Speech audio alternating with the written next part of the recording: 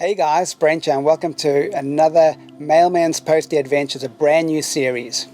In the series, I'm going to introduce you to a friend of mine. He calls himself Outback Mike.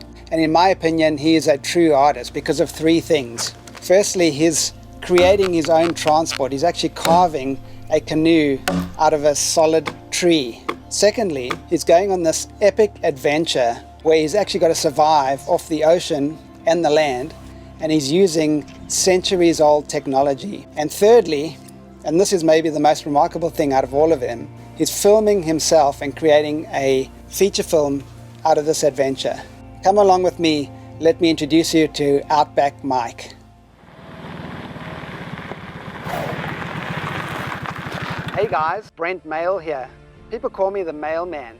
I'm a pro photographer traveling around Australia on my little Postie bike, finding interesting people who are passionate about what they're doing and telling their stories through my lens. So buckle up and join me on my Postie adventures into the unknown.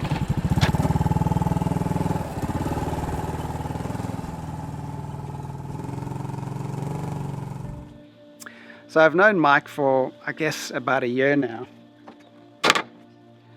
And I've been watching his progress building this dugout canoe out of this massive, huge pine tree.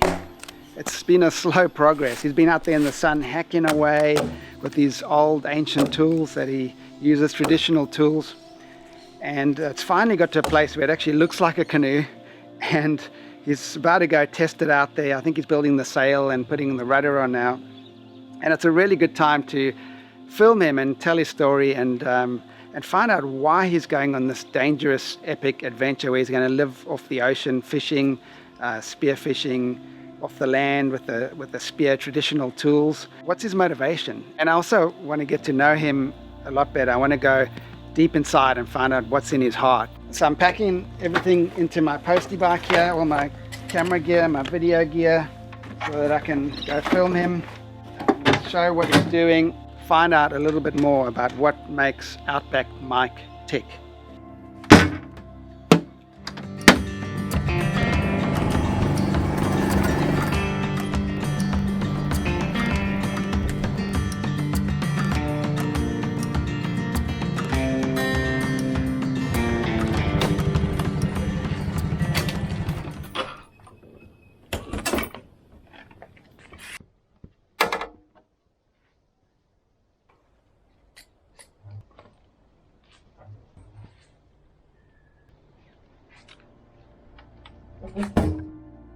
I'm at Outback Mike's house, just got here.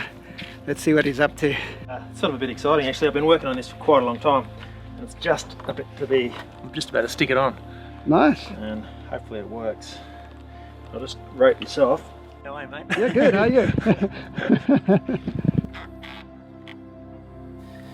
I catch Mike while he is fitting his handmade rudder to the back of the canoe.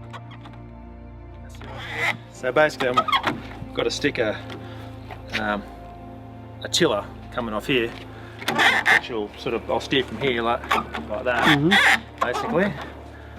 And yeah, that's pretty good. Pretty squeaky.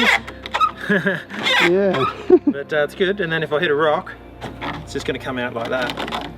And I'll probably just use a weak piece of string to hold this in just temporarily. But so this is deliberately not done too tight, so that'll be able to give it out of the way just by rotating. So this is sort of a hinge really, sort of a pin and a hinge.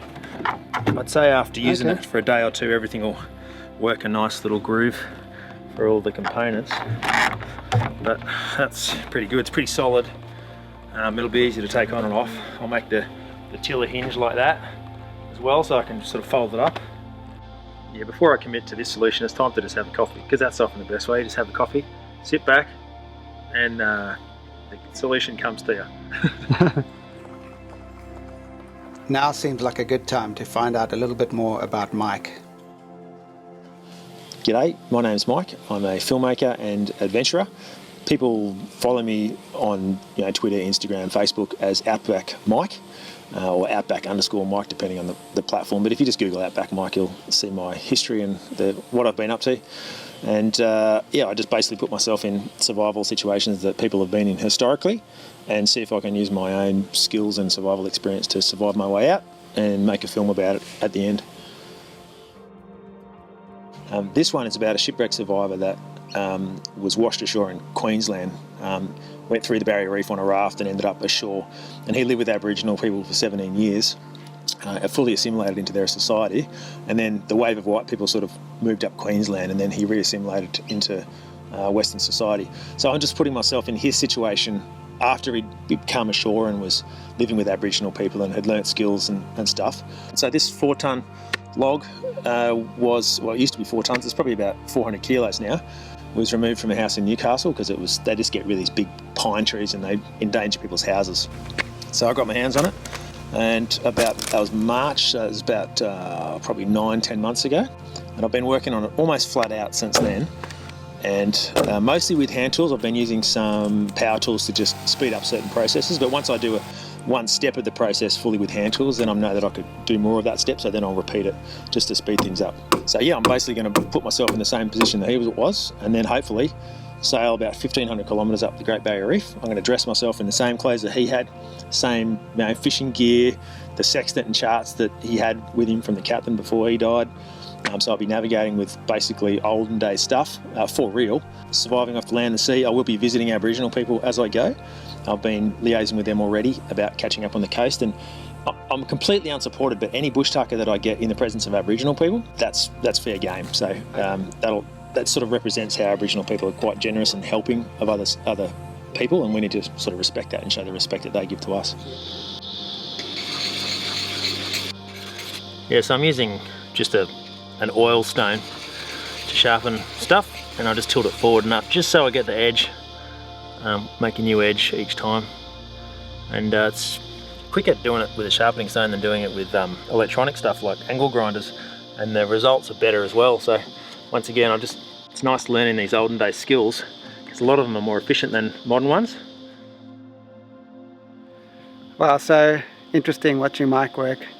The trial and error, the amount of physical labor it takes, and the precision of working with these old tools to create this work of art, basically, something that's going to protect him, hopefully not kill him.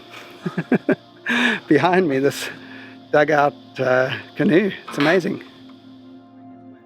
In the next Postie adventure, Mike and I discuss the dangers and risks involved in this epic adventure he's about to go on.